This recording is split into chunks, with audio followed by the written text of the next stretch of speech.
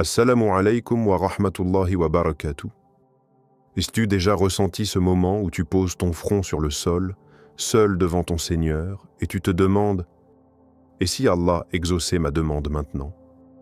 Aujourd'hui, je vais partager avec toi une doua puissante à faire en soujou, à un moment où ton âme est la plus proche d'Allah. Reste jusqu'à la fin, car ce rappel pourrait transformer ta manière de prier pour toujours. Premier. Pourquoi le soujou est si spécial? Il y a un secret dans le geste du soujou qu'on ne mesure pas toujours. C'est plus qu'une simple prosternation, c'est plus qu'un front qui touche la terre. En réalité, c'est tout ce que ton âme n'ose parfois pas dire qui se dépose à ce moment-là, au plus bas, pour s'élever au plus haut. Beaucoup prient debout, beaucoup murmurent des invocations sur leurs lèvres, mais peu comprennent ce qu'ils offrent vraiment quand ils s'abandonnent en prosternation. Le soujou te brise, mais ce brisement-là est différent. Il ne t'humilie pas, il t'élève. Là où le monde exige de toi de te tenir droit, de montrer que tu es fort, que tu ne plies jamais, la prosternation te rappelle que devant celui qui détient ton souffle, plier l'échine est la seule liberté réelle. Parce que c'est à cet instant précis que tes illusions tombent. Plus de masques, plus de faux semblants, plus de titres, de statuts, de vanité. Juste toi, réduit à ta plus simple humanité. Beaucoup pensent que ce geste est mécanique, mais combien n'ont remarqué ce silence à l'intérieur qui s'installe une fois le front posé? C'est un silence qui parle plus fort que tous les mots récités à voix haute. C'est un aveu muet.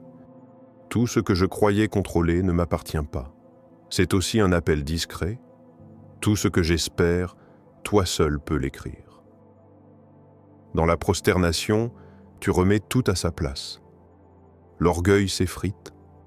L'inquiétude se calme. Les peurs se taisent. L'âme, elle, respire. C'est là que ton âme se souvient qu'elle a été créée pour retourner vers celui qui l'a façonnée. Il y a une humilité profonde dans le fait de plier le dos, de baisser la tête, de poser le front là où, quelques instants avant, tes pensées voguaient vers des désirs sans fin. Et puis, dans cet instant, tu réalises qu'en bas, tu es plus proche de ce que tu cherches en haut. Tous tes espoirs, tes peines, tes besoins, tout ce qui t'empêche parfois de dormir la nuit, tout cela se loge entre la terre et ton front. La poussière te rappelle que c'est de là que tu viens, que c'est là que tu retourneras, mais qu'entre ces deux moments, il t'est offert de déposer chaque fragment de ta vie dans ce geste simple. Beaucoup cherchent des réponses, des clés pour être entendus, mais rares sont ceux qui se souviennent que la clé se trouve dans ce contact humble, discret, intime. Le soujou n'est pas réservé au moment de prière obligatoire. Il peut être une arme secrète, un refuge à toute heure. À l'aube quand le monde dort encore, ou tard dans la nuit quand plus personne n'écoute, sauf celui qui n'abandonne jamais. Là, la prosternation devient ton abri. Pas besoin de discours ni de phrases parfaites. Il suffit de rester là, de répéter ce geste, encore et encore, jusqu'à ce que ton cœur se vide du monde et se remplisse d'espérance. Peu comprennent que la prosternation, ce n'est pas seulement le front, c'est aussi le cœur qui s'abaisse. Le cœur qui accepte d'avouer « Je n'ai pas de pouvoir, je dépose tout devant toi ». Et dans cette soumission, il trouve une force qu'il ne soupçonnait pas. Celui qui se prosterne vraiment repart toujours différemment. Peut-être pas avec ce qu'il a demandé mot pour mot, mais toujours avec un cœur moins lourd, une âme qui retrouve de la clarté. Voilà pourquoi le soujou est spécial, parce qu'il ne transforme pas seulement tes demandes, il te transforme toi. Et celui qui a compris cela ne se lassera jamais de poser son front sur le sol, encore et encore, jusqu'à ce que tout son être apprenne à se reposer entre les mains de celui qui n'oublie rien. 2. Quel dû à faire? Beaucoup se demandent, que dire? Comment formuler ma demande pour qu'elle soit entendue? Cette question, en réalité, révèle une chose. Nous oublions souvent que celui qui entend nos paroles connaît déjà ce que l'on porte avant même que cela ne franchisse nos lèvres. Mais dire reste une nécessité. Car la parole, même simple, est une preuve de confiance. Une confession intime qu'aucun témoin humain ne viendra juger. Certains s'imaginent qu'il faut des mots recherchés, une langue parfaite, une récitation impeccable. Mais la vérité, c'est qu'une dua, pour toucher, n'a pas besoin de beauté extérieure. Elle doit surtout écorcher ton confort intérieur. Les plus sincères sont souvent les plus maladroites. Celles dites entre deux sanglots ou dans un souffle brisé, quand aucun plan de phrase n'existe. Là se cache la force de l'invocation. Quand tu es en sous-joue, ton front posé, ton cœur exposé, commence par vider ton âme. Avant même de prononcer la moindre demande, reconnais ta faiblesse. Avoue ton incapacité. Dis ce que ton orgueil t'empêche parfois d'admettre. Je n'ai pas de solution par moi-même. Cette simple confession est déjà une deuxième. Une clé qui ouvre la porte du reste. Ensuite, va à l'essentiel. Demande ce qui pèse vraiment, pas ce que tu penses devoir demander pour bien paraître. Tu veux la paix pour ton cœur fatigué? Dis-le. Tu veux qu'un obstacle se lève? Dis-le comme tu le ressens. Tu as peur de manquer? Parle de cette peur. Formule ce que tu gardes d'habitude caché même à tes proches. Ici, tu n'as pas besoin de filtre. Certains, par pudeur ou par habitude, se limitent à des formules toutes faites qu'ils répètent sans y penser. Mais la prosternation mérite mieux. Mets-y tes mots. Parle comme si tu ne devais plus jamais avoir l'occasion de demander. Parle comme si tu voyais la réponse se préparer devant toi. Parce que c'est exactement cela qui se passe. Une réponse est toujours en chemin, même si tu ne la devines pas.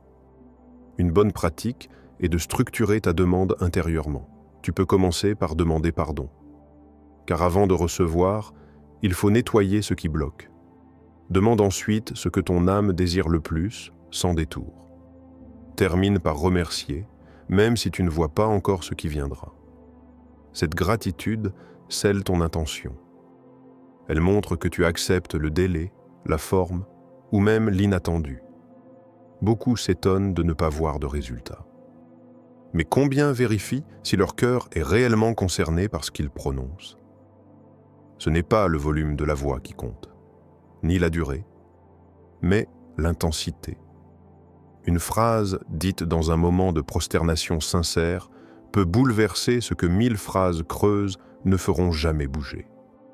Quand tu cherches une dua spécifique, rappelle-toi, aucune formulation n'est trop banale. Demander pour ce monde ou pour l'au-delà, tout se tient. Certains demanderont une guérison, d'autres une délivrance intérieure, d'autres encore une ouverture dans un domaine bloqué depuis des années. Tous ont raison, tant qu'ils croient, disent, qu'ils croient que celui qui entend peut tout renverser d'un simple « soit ». Ne retiens pas tes larmes si elles viennent, ne retiens pas tes peurs si elles surgissent. Dis tout. La prosternation est l'endroit où tes secrets sont les plus en sécurité. C'est là qu'ils trouvent leur sens. Et parfois, tu sortiras de là sans avoir tout dit parfaitement, mais avec la certitude étrange que tout a déjà été pris en charge. Voilà pourquoi la question « quelle dua faire ?» est moins importante que « comment la faire ?» Il ne s'agit pas de réciter un texte figé, mais de déposer un poids. Il ne s'agit pas de bien dire, mais de tout dire. Et celui qui ose ouvrir son cœur, mot après mot, verra ce qu'il ne soupçonnait pas, ce qu'il confie à la poussière, celui qui voit tout le relève et le transforme en réponse. Troisième, l'instant où Allah répond immédiatement. Il y a une idée que beaucoup portent sans l'exprimer. Est-ce que mes prières montent vraiment? Cette question, personne ne l'avoue toujours à haute voix. Pourtant, elle hante celui qui répète la même demande depuis des mois, parfois des années, et c'est là que se cache un point essentiel que l'on oublie souvent. Parfois, la réponse arrive sans prévenir, sans bruit, sans signe visible, mais elle est déjà là, peut-être même avant que tes mots ne sortent. Il existe des moments précis où tout change sans avertir. Un souffle, un instant, une seconde où ton cœur se tourne enfin complètement, débarrassé de ce qui l'alourdissait. C'est là que la réponse se déclenche. Non pas comme un miracle spectaculaire qui défie les lois de la nature, mais comme un fil invisible qui relie ton appel à une ouverture qui, jusqu'à ce moment, te semblait impossible. Beaucoup cherchent à calculer cet instant. À quelle heure? Quel jour? Combien de prosternations? Mais la réalité est plus subtile. L'instant où la réponse tombe, c'est souvent celui où tu ne cherches plus à comprendre comment elle viendra. C'est quand ton esprit abdique et que ton cœur, lui, se soumet entièrement. Un soupir suffit parfois. Une larme suffirait. Une fatigue sincère, jetée sur le sol en sous-joue, peut être la clé qu'aucune phrase bien tournée ne remplacerait. Parfois, la réponse se cache dans un tout petit signe. Un obstacle qui disparaît sans explication. Une peur que tu ne ressens plus. Un cœur qui s'apaise alors que tout autour reste inchangé. Celui qui reste attentif comprend que tout cela fait partie de la réponse. Mais celui qui attend un grand miracle immédiat passe souvent à côté de la réalité. La réponse est parfois silencieuse, mais jamais absente. Certains diront « Je n'ai rien vu changer ». J'ai pourtant pleuré, demandé, insisté. Mais combien prennent le temps de relire leur propre histoire? Ce qu'ils ont maintenant, ils l'ont demandé hier, parfois sans même s'en rendre compte. L'instant où la réponse arrive peut être brutal ou discret. Mais il est toujours précis, placé là où il a le plus de sens pour toi, même si toi, tu ne vois pas ce sens tout de suite. Et puis, il y a cet autre aspect que l'on oublie. Parfois, la réponse est immédiate, mais tu ne la reconnais qu'après coup. Tu pensais demander une porte ouverte ici, et voilà qu'une autre s'est fermée plus loin, et tu as cru que c'était un refus. En réalité, c'était une protection, une réorientation, une réponse déguisée que seul le recul éclaire. Il y a aussi ce moment particulier pendant la prosternation, quand tu sens que tu ne peux plus parler, que tes mots se bloquent, mais que ton cœur est plus lourd que jamais. C'est précisément là que beaucoup ont vu leur vie changer. Pas parce qu'ils ont eu une phrase magique, mais parce qu'ils ont tout lâché. Comme si poser le front sur la terre, c'était déposer la clé dans une serrure que toi-même tu ne pouvais pas forcer. Certains ont témoigné avoir vu des portes s'ouvrir quelques heures après une prosternation désespérée. D'autres ont vu des réponses venir d'endroits improbables. D'autres encore n'ont reçu qu'un calme intérieur. Mais ce calme valait plus qu'une solution immédiate. Celui qui goûte à cette tranquillité ne la troquerait pour rien. Ce qu'il faut retenir, c'est que l'instant où tout bascule ne t'appartient pas. Il n'obéit pas à un calcul. Il ne se fabrique pas à coups de rituels mécaniques. Il se provoque dans l'abandon total. Là, prosterné, quand tu te résignes à ne plus jouer au maître de ton destin, quand tu acceptes de ne pas tout comprendre, quand tu dis enfin « je remets tout entre tes mains ». C'est dans cet espace de soumission, au ras de la terre, que la porte s'ouvre. Sans bruit, sans délai apparent, juste au moment exact où ton cœur est prêt à recevoir, même s'il ne sait pas encore ce qui va tomber entre ses mains. Quatrième, comment se préparer à une invocation exaucée? On parle souvent de l'invocation comme si elle suffisait à elle seule. On oublie pourtant que derrière une parole qui touche, il y a un cœur, et derrière ce cœur, une préparation. Se préparer à demander, ce n'est pas simplement aligner des mots dans un sous-joug, c'est une démarche intérieure, presque une discipline. Beaucoup veulent une réponse immédiate, mais peu se demandent. Mon état est-il prêt à recevoir? On néglige que certaines portes s'ouvrent plus facilement à celui qui nettoie d'abord son seuil. Dans ce domaine, chaque détail compte. Ce n'est pas une question de forme spectaculaire, mais d'honnêteté avec soi-même. D'abord, regarde l'état de ton cœur. Est-il pressé, agité, éteint? Un cœur distrait fait parfois plus de bruit qu'un cœur vide mais concentré. L'invocation exige un espace intérieur.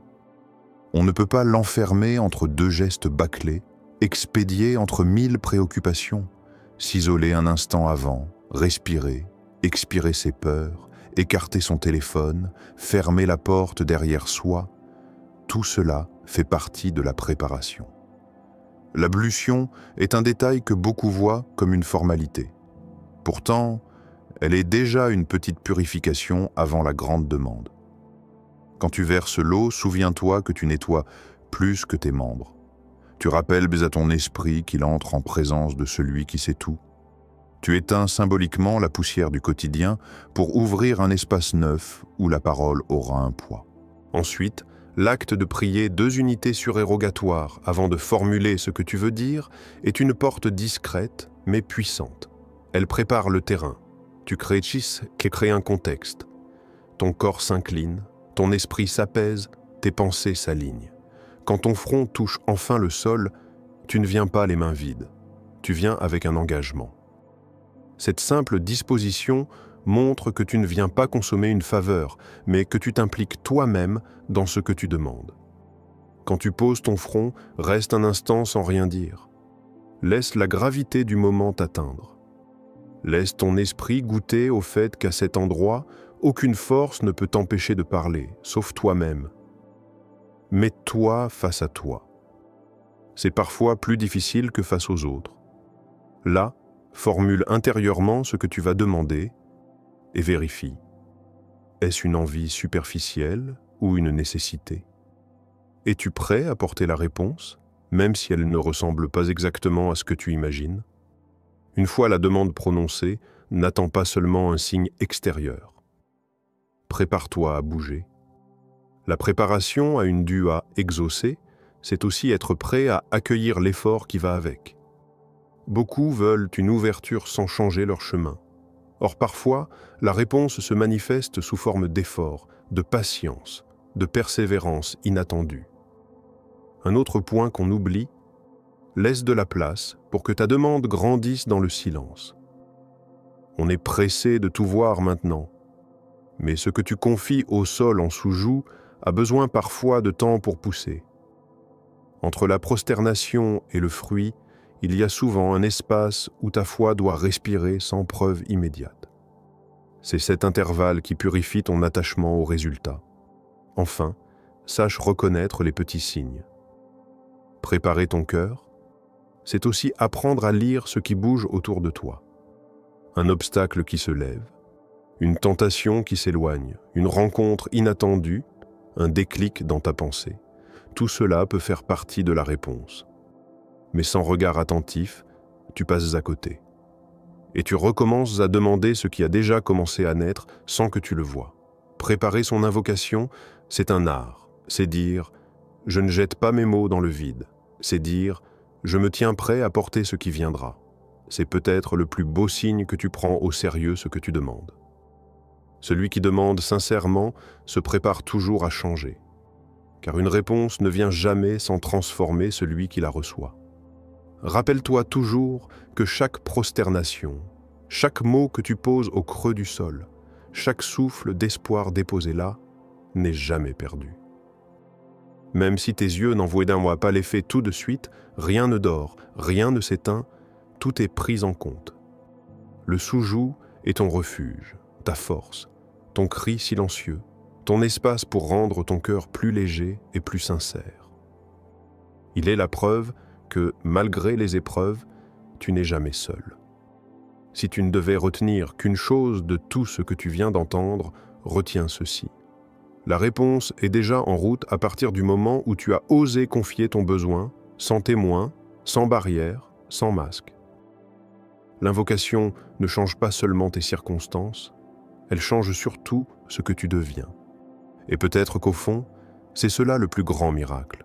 Devenir quelqu'un de prêt à accueillir ce qui viendra, de la meilleure façon, au meilleur moment. Ici, sur Al-Huda, nous essayons de rappeler que la lumière est toujours plus proche qu'on ne le croit. Que derrière chaque prosternation sincère, il y a une porte qui s'ouvre, parfois lentement, parfois d'un coup, mais toujours pour un bien qui dépasse nos attentes. Alors garde ce rappel avec toi. Reviens-y quand ton cœur faiblit. Partage-le à celui ou celle que tu sens épuisé ou inquiet. Et surtout, ne laisse jamais la poussière recouvrir ton sous-joug, car tant qu'il existe, tout reste possible. Qu'Allah accepte tes prières, apaise tes peurs et ouvre pour toi des chemins inattendus. N'oublie pas de t'abonner à Al-Huda, de laisser ton cœur s'exprimer en commentaire et de partager cette lumière autour de toi. Prends soin de ton âme. Assalamu alaikum wa rahmatullahi wa barakatuh.